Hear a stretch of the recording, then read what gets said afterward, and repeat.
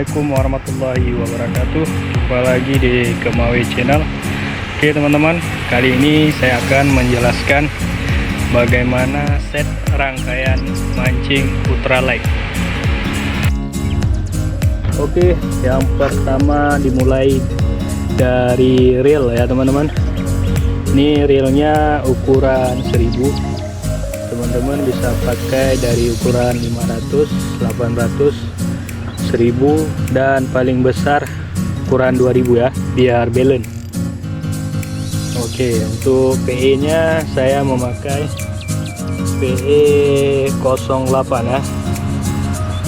Teman-teman bisa memakai dari 06, 08 sampai PE 1 ya, tergantung mereknya. Dan leader, leader dan snap. Yang gunanya snap untuk mudah kita mengganti umpan ya. Dan minonya paling besar 7 gram ya, dimulai dari mino 2 gram, 3 gram, 4 gram, 5 gram sampai 7 gram.